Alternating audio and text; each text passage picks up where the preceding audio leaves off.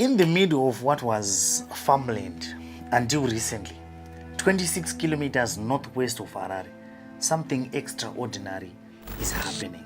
Cranes are rising, roads are being carved out of nothing. A parliament building has already been completed and is already working, and luxury villas surrounding artificial water bodies are taking shape. We are not talking about renovations here. We are not talking about upgrades. Zimbabwe is building an entirely new city from scratch, and the projected cost is $60 billion.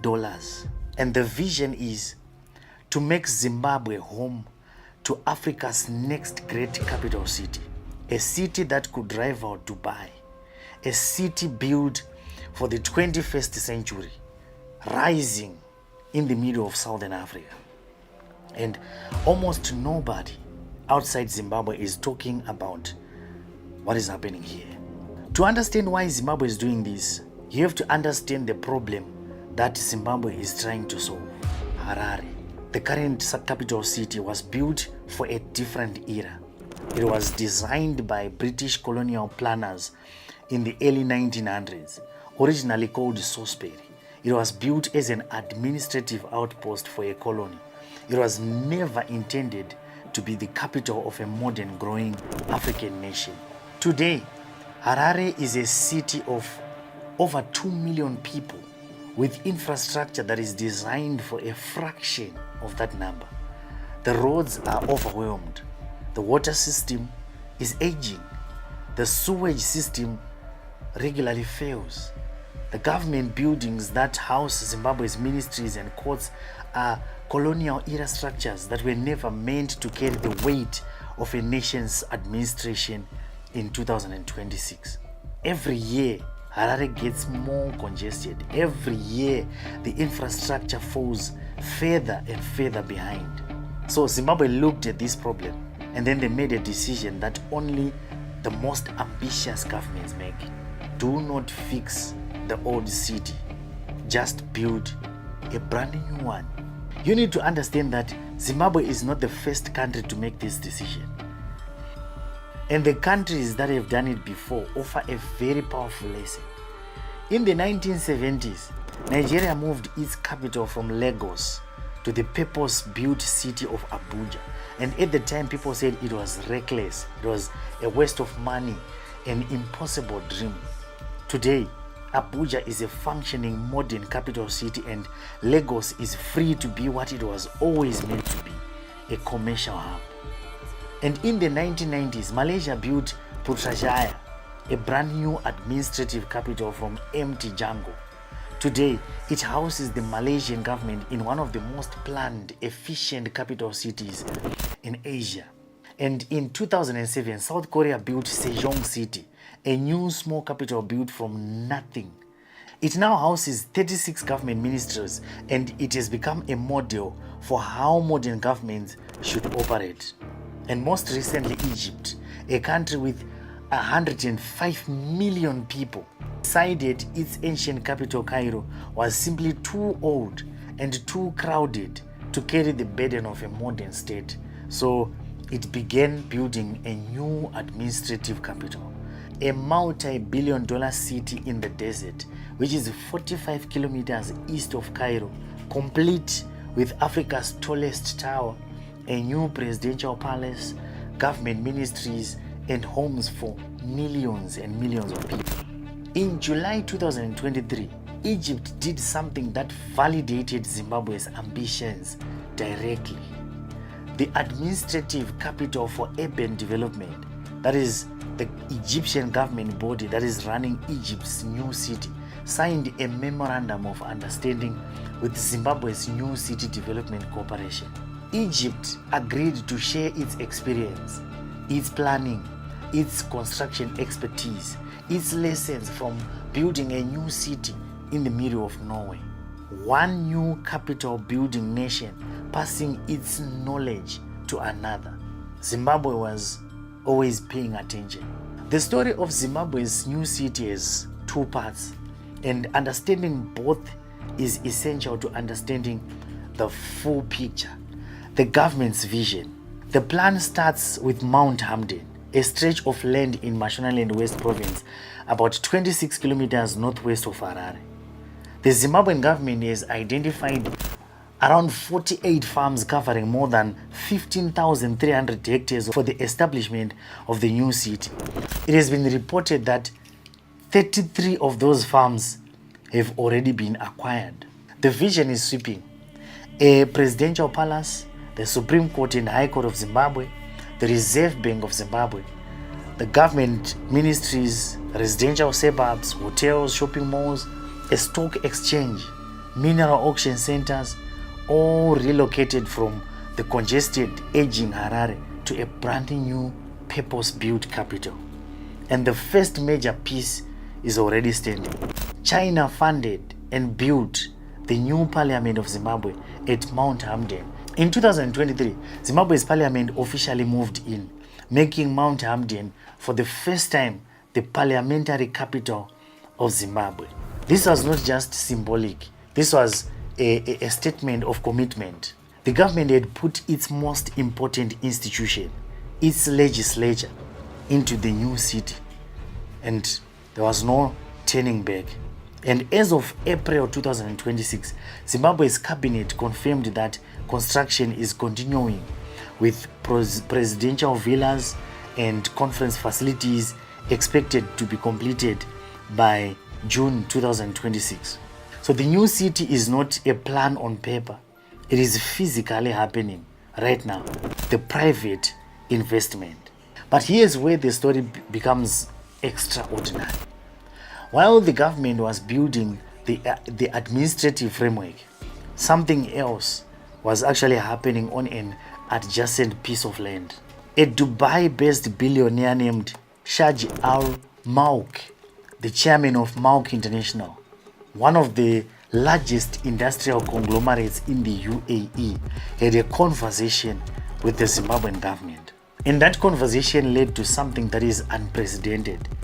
Mauk International committed $500 million as a starting investment to build what is being called Zimbabwe Cyber City, a private tech urban development covering 2.5 million square meters of land, designed to anchor the new capital with the kind of private sector infrastructure that governments cannot build alone. The Cyber City will include 250 townhouses, more than 80 luxury villas surrounded by landscaped artificial water bodies, several apartment blocks, high-tech office facilities, a 15-story commercial tower, duty-free shops and restaurants. Shaji described his ambition plainly. He said he was trying to bring the Dubai standard of living to Zimbabwe. Dubai billionaire, building a piece of Dubai in the middle of Zimbabwe. And the $500 million is just phase one of the Cyber City alone. The total projected investment for the completed new capital city across all phases, all developers, all government and private contributions over decades is estimated at around $60 billion. And that figure came from Sheji himself. It is his projection for what the entire city will ultimately cost to build, not committed government budget. You need to understand this. $60 billion. To put that into context, Zimbabwe's entire GDP in 2024 was approximately 26 billion. This city project, fully realized, represents more than twice the country's annual economic output being invested into one location. Now, step back and ask a bigger question. Why is a Dubai billionaire investing in Zimbabwe? Why is Egypt sharing its expertise? Why is China funding Zimbabwe's parliament? The answer reveals something that is important about where the world sees Zimbabwe heading. Mauk International did not come to Zimbabwe because it had no other options. This is a company that operates across 100 countries. It builds in the Gulf. It builds in Southeast Asia. It builds across Africa. It chose Zimbabwe because it saw what many people have missed: a country with extraordinary mineral wealth, a strategic location at the crossroads of Southern Africa, and a new city project that, if it succeeds, it will put Zimbabwe on the map as a destination for serious global capital. The China connection is significant. China does not fund parliaments for countries it does not take seriously. The Chinese government chose Zimbabwe's new parliament as a flagship diplomatic investment.